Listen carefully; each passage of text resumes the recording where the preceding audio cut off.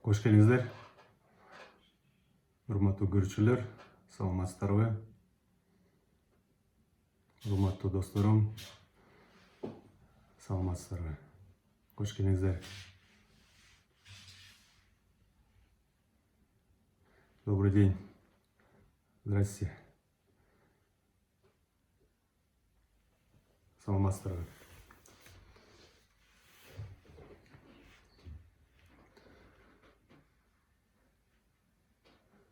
Урматтуу досторум, бир аз күтө турайлы. Азыр биздин досторубуз кошулуп атат. Бул жолу менен 1 мүнөттөн кийин баштайлы.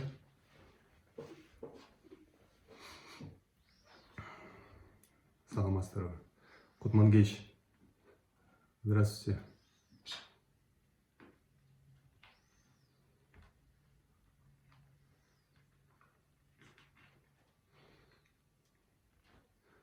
Саламатсыздарбы?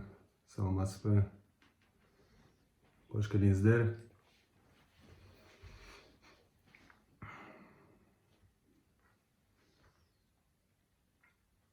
Рахмат.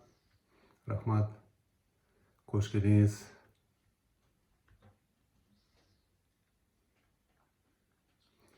Дагы бир аз күтө турайлы. Азыр баштайбыз. Биздин досторубуз кошулуп атат.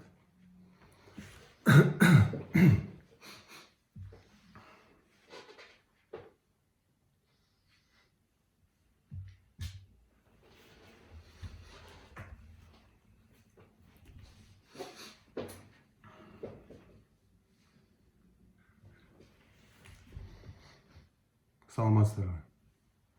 Кош келиңиздер. Здравствуйте. Здравствуйте.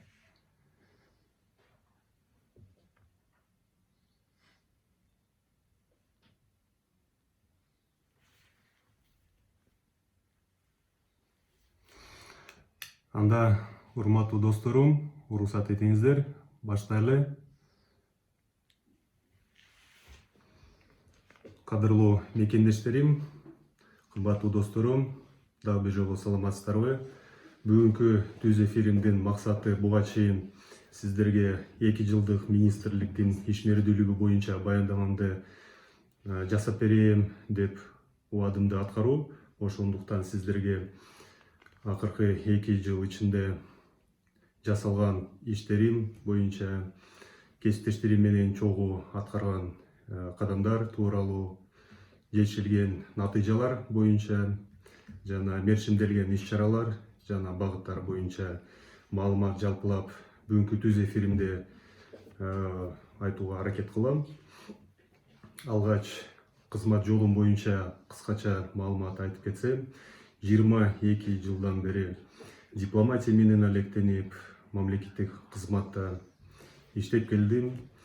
1998 жылы Тышкы иштер министрлигинде стажер катары кирип, болгон бүт тепкичтерин кадамдап, этап менен өттүм.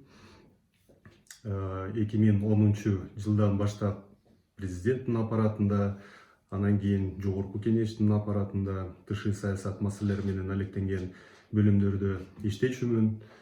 Анан 2016 жылы мен Кыргыз Республикасынын Жапониядагы элчиси болуп дайындалдым.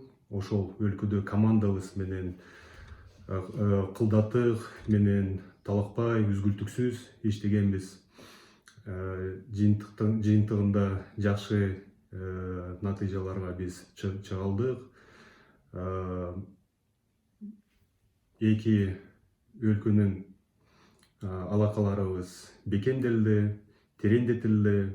Ар кайсы багыттарда жемиштүү, жакшы, мазмундуу жыйынтыктарга биз чыга алдык. Мисалдарга өтүп кетсем, 2016 жылга чейин Кыргыз Республикасында Жапониянын ири, орточо, атүгүл чакан компаниялар жок эле. Ошого чейин Жапониянын өкмөтүнүн бөлүнгөн каражаттары негизинде же жайканын долбоорлорун алкаганда бизде жапон адистери, кесиптештери жана өкүлдөрү иштечү. Анан 2016 жылдан баштап бизде акырын рыногубузга жапон компаниялар кире башташты. Мисалы ири жапон компания кыргыз рынокко, финансылык рынокко кирди. Бир жергиликтүү коммерциялык банктын акциялардын контролдук пакетти сатып алып, бүгүнкү күнгө чейин ушул банктын акцияларын ээ болуп, жемиштүү түрдө иштейт. Башка компания өзгөчө кырдаал тармагында иштеп аткан сапаттуу инфратүзүмдүк долбоорлорду ишке ашырат. Ушул компаниянын өкүлчүлүгү Кыргызстанда ачылды. Биздин сабаттуу, кесипкөй жарандарыбызды алып, дүйнө жүзүндө ишкананын болгон долбоорлорун алкагында инженерлерибизди жөнөтөт, иштегенге шарт түзөт. 2016 жылдан баштап 2019 жылга чейин Жапониядан Кыргызстанга тартылган гранттардын көлөмү, ошого мен өзгөчө көңүл бургум келет. Тартылган гранттардын көлөмү 75 миллион доллар түздү. Ошол эле мөөнөттө Жапониядан Кыргызстанга жеке түз инвестициялар 7,8 миллион доллар түздү. Менимче бул жакшы жыйынтыктар. Мындан тышкары Кыргызстанга Жапон бир компания каражаттар менен алектенген кирди. Дагы бир компания блокчейн технологиялары менен Кыргызстанга киргиси келет. Бирок тилиге каршы кээ бир көйгөйлүү маселелерге дуушар болуп, бүгүнкү күнү электроэнергетика менен байланыштуу сүйлөшүүлөрдү жүргүзүп атат. Жакын арада оң чечим кабыл алынат деп мен терең ишенем. Баса дагы бир жапон компания Кыргызстанга келип, алар туризм тейлөө менен алектенип, биздин жарандарыбызды Жапонияга иштөөгө жөнөтөт. 2018 жылы мен Кыргыз Республикасынын тышкы иштер министри болуп дайындалдым. Акыркы 2 жыл ичинде комплекстүү маанилүү иш-чаралар жана иш алып барганбыз. Баса айтканда, соц тармактарда кээ бирөөлөр тышкы иштер министрлигинин функциясы кандай, кайсы багыттарда иштейсиңер, эмне менен алектенесиңер деп сурашкан.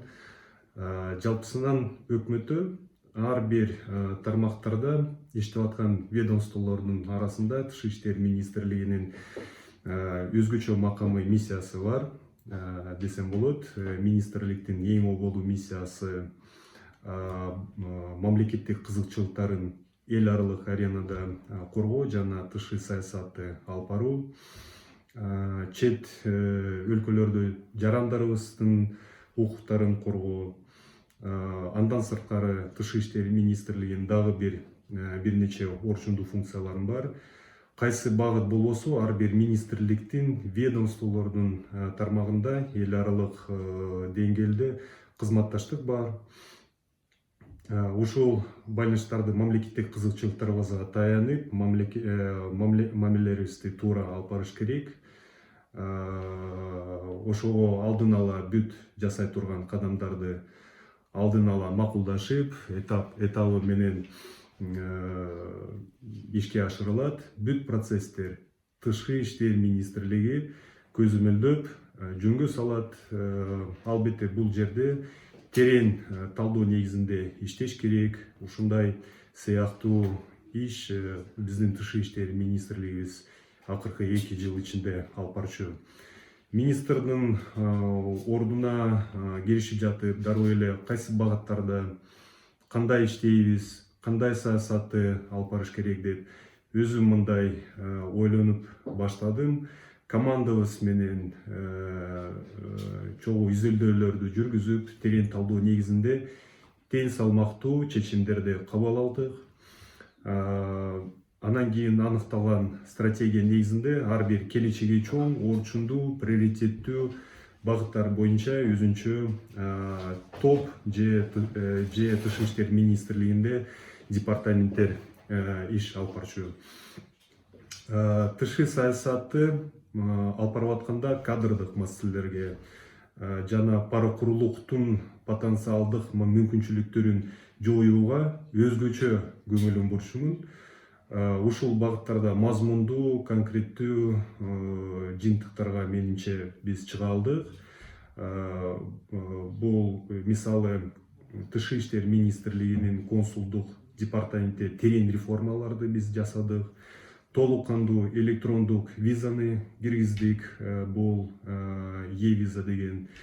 Мен келгенге чейин визалар берүү процесстер чын айтканда 7-10, кээде 20 күн, кээде 30 күнгө чейин жасалмалуу түрүндө чоюлган эле. Реформалардын жыйынтыгында өкмөттүн токтому менен өзгөрүүлөрдү киргизип, эми укук коргоо органдарыбыз 4 күн ичинде виза менен байланыштуу кагаздарды карап, 5-күнгө караган түнү эгер эч кандай каршылыктар болбосо, кийинки 5-күнү биздин тышкы иштер министрлигибиздин кызматкерлерибиз визаны берүүгө мажбур кылды. Менимче бул сөзсүз түрдө чоң жетишкендиктердин бири болуп калды. Жалпысынан сан ириктештирүү процесстер мен үчүн өзгөчө мааниге ээ болчу. Дагы бир мисалды мен келтирем келет. Бириктирилген виза борбору биз курдук. Баса айтканда бул чоң имаратка биздин өлкөбүздүн бюджеттен бир да сомду биз алган жокпуз. Ушул долбоорду биз Казакстандын Кыргызстандагы ардаттуу консулубуз менен чогуу ишке ашырганбыз. Дагы бир жолу биздин Казакстандын Кыргызстандагы ардаттуу консулубузга терең ыраазычылыгымды билдиргим келет. Чоң рахмат. Ушул бириктирилген виза борбору биз былтыр ачылыш аземени өткөргөнбүз чогуу. Дагы менимче бир аябай маанилүү багытта кунт коюп биз кылдаттык иштегенбиз. Чет өлкөлөрдө биздин жарандарыбызга консулдук тейлөө ыңгайлуу, сапаттуу, оңойраак болуш үчүн ар бир иштелип аткан багыт боюнча автоматташтырылган маалыматтык системаны түздүк. Бул автоматташтырылган маалыматтык система АИС деген бир нече багыттар боюнча бүгүнкү күнү аябай жемиштүү түрдө иштеп атат. Бул АИС жаран, АИС ЗАГС, АИС паспорт, АИС консулдук учет. Мындан тышкары биздин жарандарыбызга бүт процесстер консулдук тейлөө менен байланыштуу ыңгайлуу болуш үчүн биз дагы бир нече АИС автоматташтырылган маалыматтык система киргизүүгө иштей баштадык. Ушул багыттарда жалаң тышкы иштер министрлигине тийиштүү эмес, биякта ГРЭС менен чогуу жана Инфоком менен чогуу ушул АИС биз түзө баштадык. Бул багыттар АИС айдоочунун күбөлүгү, АИС нотариус, АИС истребования, АИС СВР дагы кошумча буюрса жакын арада пайда болот. Бүгүнкү күнү ушул процесс ишке ашырылууда. Биздин тышкы иштер министрлигибиз тийиштүү ведомстволор менен тыгыз байланышта бүгүнкү күнү иш алып барылууда. Мындан тышкары чет өлкөлөрдө жарандарыбызды консулдук учетко акысыз тургуза баштадык. Тийиштүү өкмөттүн токтому былтыр кабыл алынды. Мындан тышкары сиздерге жакшы белгилүү болгондой, Россияда биздин жарандарыбыздын, мекендештерибиздин саны өтө көп болгондуктан биз ушул маселелерге чоң көңүл бурганбыз. Ошону менен байланыштуу биз Россиянын ар кайсы региондорунда, бул Якутск, Иркутск, Сургут, Южный Сахалинск кошумча 4 жаңы консулдук пункт биз ачканбыз. Мындан тышкары Турцияга биздин жарандарыбыз көп барат, туризм максат менен иштешет. Ушул жагынан биз түрк тарабы менен аябай маанилүү менимче сүйлөшүүлөрдү алып барганбыз. Жыйынтыгында былтыр мен расмий сапар менен Турцияга барып келип, ушул расмий сапардын алкагында биз бир келишимге кол койдук. Ушул келишим негизинде бүгүнкү күнү биздин жарандарыбыз жумуш виза арзаныраак алышат. Мисалы, ушул келишимди түзгөнгө чейин жумуш виза $283 болчу. Азыр болсо биздин жарандарыбыз ушул эле визаны $80 алышат. Менимче бул аябай жакшы жетишкендиктердин бири. Мындан тышкары биздин жарандарыбыздын кайрылуусу негизинде тиешелүү органдар менен макулдашып, өкмөт менен, жогорку кеңеш менен, президент менен, Франциядагы жана Италиядагы кошумча жаңы элчиликтерди биз ачтык. Сиздерге белгилүү болгондой, Италиядагы бир шаарда, Неаполь шаарында биздин жарандарыбыздын саны 5000ден ашык иштейт, жашайт. Аларга тиешелүү консулдук тилөөнү оңораак жасаш үчүн биз ушул жагынан элчиликке дароо эле консулдук кызматкерди биз жөнөткөнбүз. Азыр болсо бүт процесстер өтө оңой менимче болуп атат. Анткени Рим шаарына барып келип, же биздин консулубуз тиешелүү шаарларга барып келсе болот, дароо эле тиешелүү жардам бере алат. Ошон үчүн менимче биз абдан маанилүү ушул процесстер менен байланыштуу жасаганбыз, кадамдарды жасаганбыз. Кадрдык саясатка өзгөчө көңүл бурчумун. 2 жыл ичинде бүт кадрдык маселелерди мен ачык айкын алып бардым. Акыркы жылда бизде татыктуу кадрлар үчүн катуу атаандаштык башталды. Чын айтканда, Тышкы иштер министрлигине тиешелүү департаменттердин мүдүрлөрү, алар кээ бир дипломаттар үчүн аябай катуу талашып, бирок аягында биз тең салмактуу, адилеттүүлүк принцип негизинде чечимдерди кабыл алганбыз.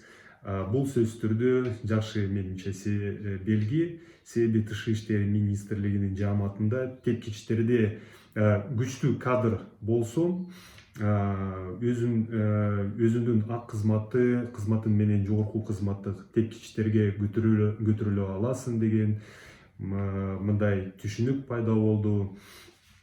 Баса айтканда, дароо эле министр болуп дайындалма менен байланыштуу мен кадрдык саясатка өзгөчө көңүл буруп, мен ачык конкурска конт койдум. Акыркы 2 жыл ичинде биз бир нече ачык конкурс өткөргөнбүз. Баса акыркы ачык конкурстун алкагында мен ушул маселеге өзгөчө көңүл бургум келет. Анткени 8 кызматтык орунга 800дөн ашык талапкер болду. Эң татыктуу талапкерлер Тышкы иштер министрлигине киришти. Быйыл биз өкмөттүн токтому негизинде тиешелүү жобосуна өзгөрүүлөрдү киргизип коюп, ушул жаңы жобосу негизинде биз ачык конкурсту өткөрдүк. Эми ачык конкурс 5 баскычтан турат. Ушул ар бир баскычты өткөн эң татыктуу аягында талапкерлер алар Тышкы иштер министрлигине кире алат. Менимче биздин мамлекеттик системабызда ушундай сыяктуу саясатты алып барсак, сөзсүз түрдө бул жакшыртуу процессине чоң жардам катары болот.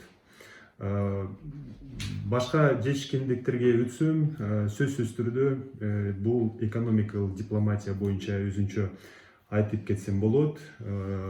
Акыркы 2 жыл ичинде мен командабыз менен чогуу негизги инвестициялар жана гранттарды тартууга көңүл бурдум. Ушул багытта кесипкөй, сабаттуу, жогорку билимдүү адистер иштеш үчүн мен атайын өзүнчө бөлөк экономикалык дипломатия боюнча департаментти түздүм. Ушул департаментке биз тиешелүү ведомстволордон жана министрликтерден адистерди тарттым, алар иштей башташты. Ошон үчүн менимче аягында биз жакшы жыйынтыктарга чыга алдык. Негизги ушул департамент жана биздин командабыз бир топ багыттарда аябай катуу иш алып барчу. Бул инвестициялар тартуу, өндүрүлгөн Кыргызстандагы өндүрүлгөн продукцияны экспортко чыгаруу, туризмдин дариметтүүлүгүн илгерилетүү, гранттарды тартуу. Аягында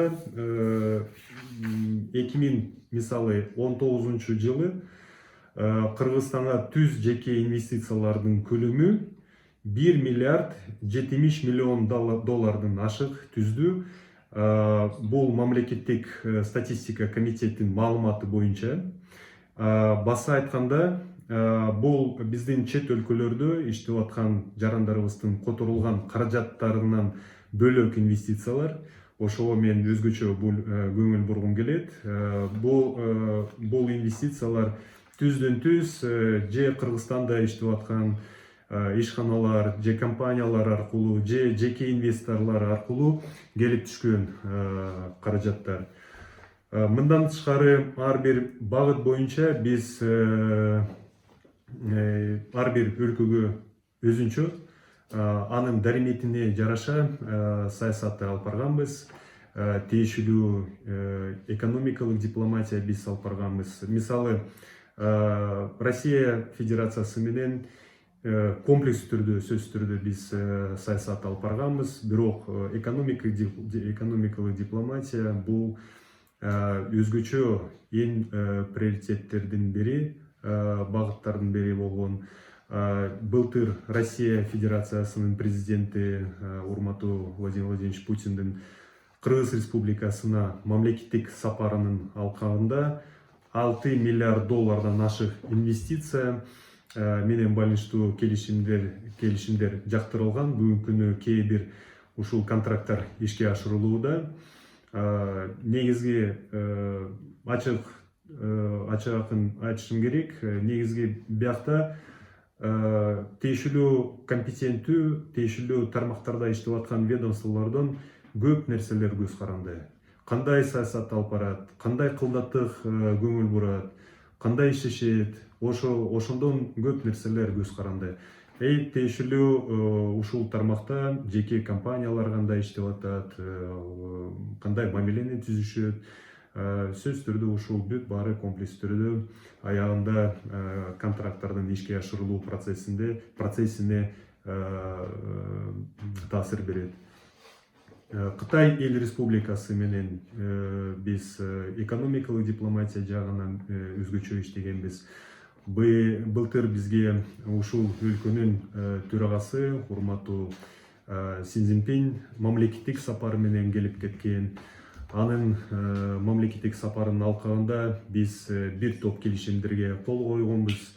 Алардан гранттардын жалпысынан түзүлгөн келишимдердин бюджети грант негизинде 1,5 миллиард юаньга биз түзгөнбүз. Мындан тышкары дагы жеке тармакта иштеп аткан биздин ишканалар, алар ар кайсы тармактарда контракттарды түзүшкөн, келишимдерди түзүштү. Ушул контракттардын көлөмү 7 миллиард доллардан ашык болду. Кандай ишке ашырылуу процесс болуп атат? Буну тиешелүү органдар, алар тыгыз байланышта Кытай тарабы менен иштеп атат, же жеке компаниялар Кытай тарабы менен ишке ашыруу процессинде иштеп атат. Мындан тышкары Германия тарабы менен былтыр менимче ушул эки өлкөнүн ортосунда мамилелерибиздин тарыхыбызда биринчи жолу президентибиз борбор калаада эмес, Мюнхен шаарына барып келип, ошол жакта ири бизнес форумду биз өткөргөнбүз. Ушул бизнес форумдун алкагында биздин ишкерлер барып келишти. Жана Германия тарабынан ири компаниялардын өкүлдөрү катышып, бир топ контракттарга кол коюшкан. Жалпысынан түзүлгөн контракттардын бюджети 1 миллиард евродон ашык болду.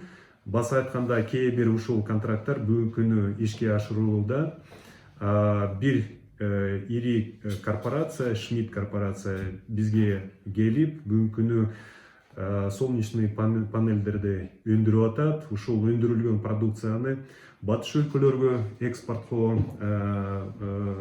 жөнөтөт, башка өлкөлөргө жөнөтөт жана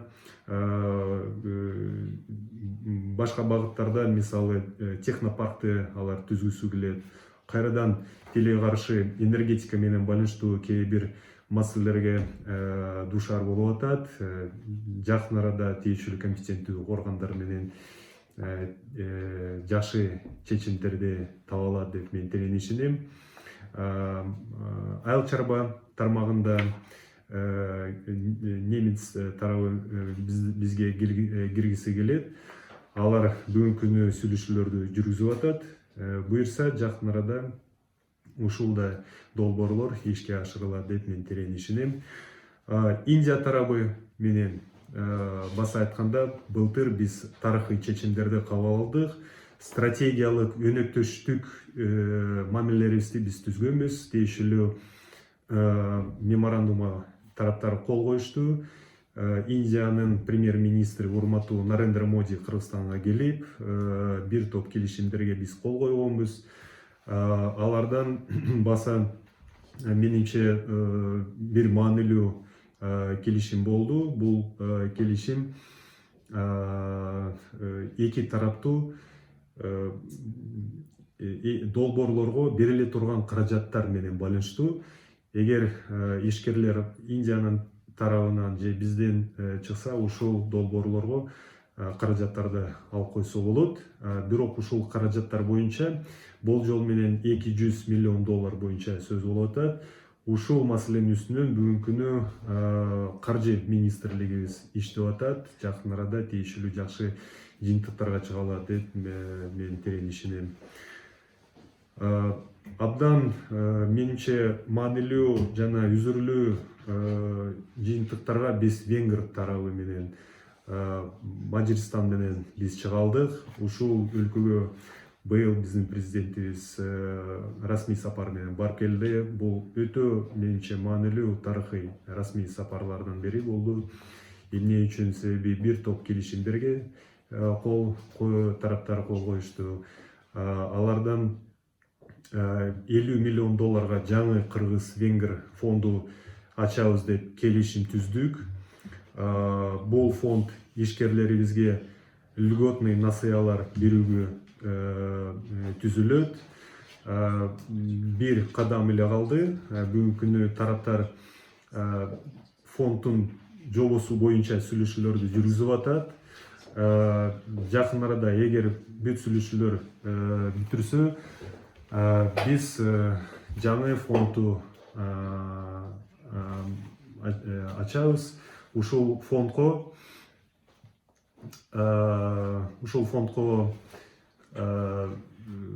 Венгр тарабы 50 миллион доллар бөлүп беребиз деп убада беришти. Жана эгер фонд ийгиликтүү, жемиштүү түрүндө иштей баштаса, дагы кошумча акчаны бөлүп беребиз деп бизге мындай маалымат Венгр тарабы беришти. Коңшу өлкөлөр менен чогуу каражаттарды тарса болот деп алар айтышты. Корея тарабы менен Былтыр биз менимче тарыхый жыйынтыктарга чыгалдык. Эмне үчүн? Себеби эки тараптуу алакаларыбызда биринчи жолу Кореянын премьер-министри расмий сапар менен Кыргызстанга келип кетти. Анын делегациясын алкаганда ири делегация, ишкерлердин делегациясы келди. Бизде бизнес форумду өткөрүп, жергиликтүү ишкерлерибиз менен бизнес ассоциацияларынын өкүлдөрү менен жолугуп, контракттарды түзүштү. Азыр ишке ашыруу процесс болуп атат. Буюрса Корея тарабы менен тыгызыраак биз иштейбиз деп мен терең ишенем. Былтыр дагы Монголиянын президенти расмий сапар менен келип, президент өзү Монголиянын Кыргызстандагы элчилигинин ачылыш азиминде катышты. Мындан тышкары Венгриянын быйыл Кыргызстандагы элчилиги биз ачтык. Ушул эки өлкөнүн элчилиги сөзсүз түрдө эки тараптуу кызматташтыгыбызга илгерилетүү жардам беришет, комплекс түрдө иш алып барат. Алардын кошкон салымы сөзсүз түрдө өтө чоң болот. Биз болсо дагы башка багыттарда аябай жемиштүү түрдө иштегенбиз. Мисалы, Кыргызстан менен ЮНЕСКО 1992 жылдан баштап мүчө өлкө катары кызматташат. Жана 2019 жылда ЮНЕСКО уюмунун ичинде эң маанилүү түзүмүнүн мүчө болуп шайландык. Эми ЮНЕСКОнун аткаруу кеңешинин советинин биздин тарыхыбызда Кыргызстан 2019 жылдан баштап 2023 жылга чейин мүчө өлкө болуп иштейт. Ушул ыкманы эгер туура пайдаланып, көп маанилүү эл аралык деңгээлде социалдык, маданий маселелерди чечсе болот. Башка багыттарда көп иштегенбиз. Мисалы, евро биримдиги менен болгон өз ара аракеттешүүбүз боюнча көп нерселер айтып койсом болот. Былтыр тереңдетилген өнөктөштүк жана кызматташтык боюнча жаңы келишимдин долбооруна эки тарап парафирлөө процедураны өтүп, үстүбүздөгү жылдын аягында кол коюу азими өткөрүшүбүз керек болчу. Кыргызстандын жана Борбордук Азияда тарыхыбызда биринчи жолу ири иш-чара мерчимделген. Бирок тилекке каршы COVID-19 пайда болуп, ушул илдеттен тараптар эмки жылдын башына которууга макулдугун беришти.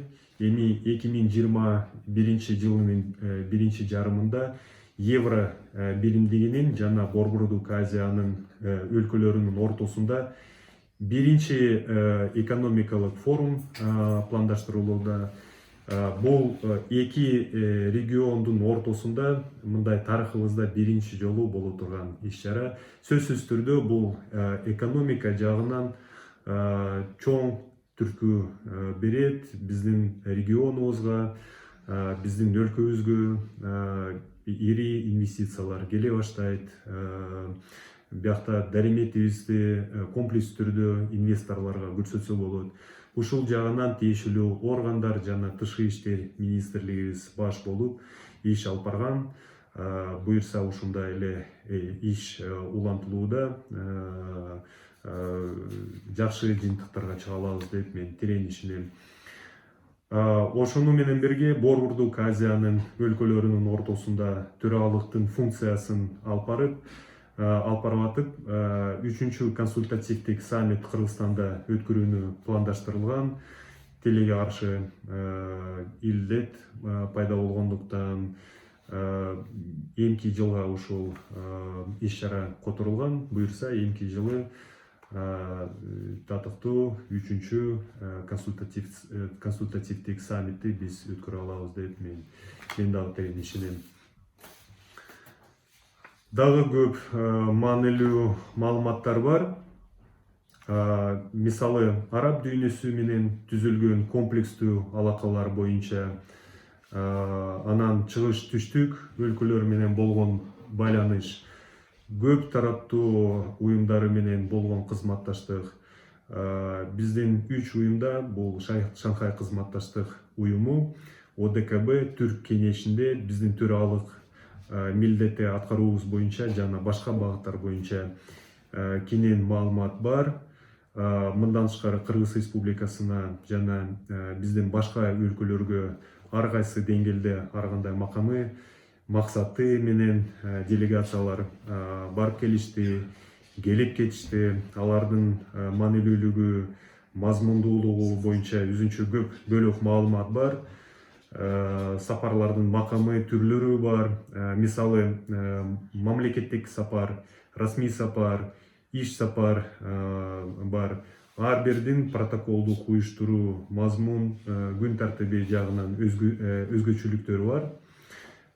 Кийин буюрса, убактым болсо айтып бергенге аракет кылам.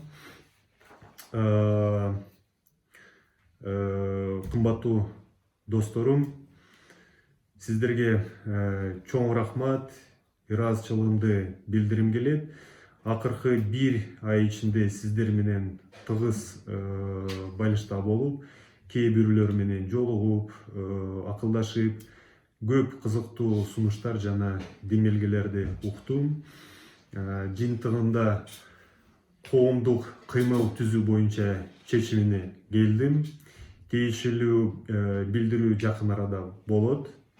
Бүгүнкү түз эфиримде сиздерден келип түшкөн сурооңуздарды топтоп, бириктирип, талдап, кийинки түз эфирлеримде жооп берүүгө аракет кылам. Бүгүнкү түз эфиримде комплекстүү маалымат бергенге аракет кылдым. Бирок убакыт тар болгондуктан ушул маалыматтар менен токтосом туура болот. Көңүл бурганыңыздар үчүн чоң рахмат. Көрүшкүнчө саламатта болуңуздар. Чоң рахмат.